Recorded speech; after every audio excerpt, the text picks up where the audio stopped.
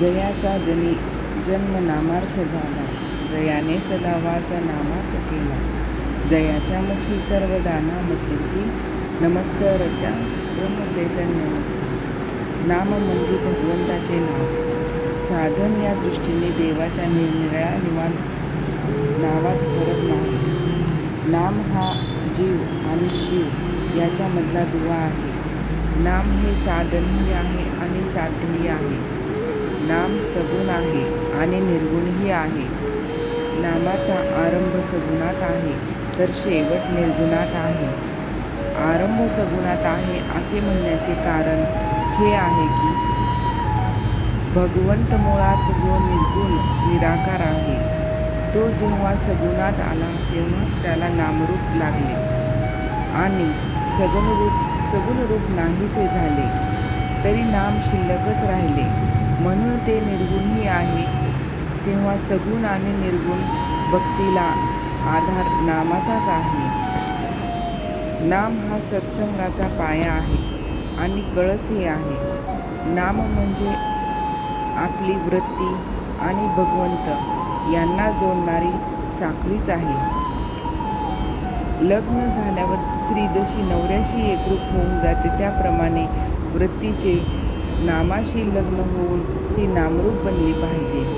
नाम हे अत्यंत सूक्ष्म आहे आणि वृत्तीसुद्धा सूक्ष्म आहे. म्हणून नाम घेण्याने वृत्ती सुधारेल. वृत्ती सुधारली की चित्त शांत होईल. चित्त शांत झाले की निष्ठा उत्पन्न होईल. सगळ्यांचा भावार्थ एकच म्हणजे नाम. अन्नाला स्वतःची चव असते. त्यात आपण आपली गोडी आणि आवड घालून नंतर ते खातो. पण नामाला स्वतःची अशी चव आहे त्यात आपणच आपली गोडी आणि आवड घालून ते घेतले पाहिजे. आपण जितकी जास्त गोडी त्यात घालू तितके ते अधिक गोड वाटेल. पंढरपूरला जायला पुष्कळ रस्ते आहेत, परंतु सर्वांना शेवटी वारीतूनच जाऊन दर्शन घ्यावे लागते. त्याप्रमाणे इतर साधने जरी केली तरी नामसाधन केल्यावरच आत्मस्वरूपाची प्राप्ती होते. आपण नाम घ्यावे ते आपणच आपल्या कानाने ऐकावे आणि ते घेता घेता शेवटी स्वतःला विसरून जावे. हाच नामसाधनेतला आनंदाचा मार्ग आहे.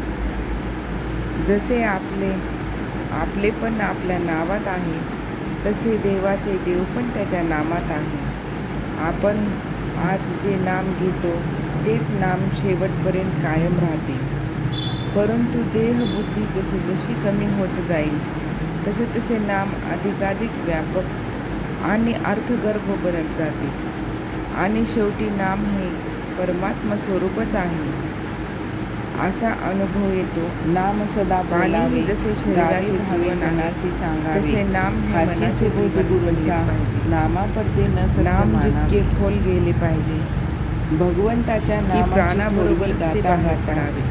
अंतकाळी अप्रत्यक्ष मिळणारी वस्तू नामाचे भगवंतासाठी ते जन्माला आले. नामात जन्मभर श्वास त्यांनी गायन केले आणि आपल्या आयुष्याचे शेवटचे क्षणही नामाचे महत्त्व सांगण्यात त्यांनी घालवले. श्री महाराजांनी जन्मभर काया वाचा मनाने जगात एका नामाशिवाय दुसरे काही सत्य मानलेच नाही.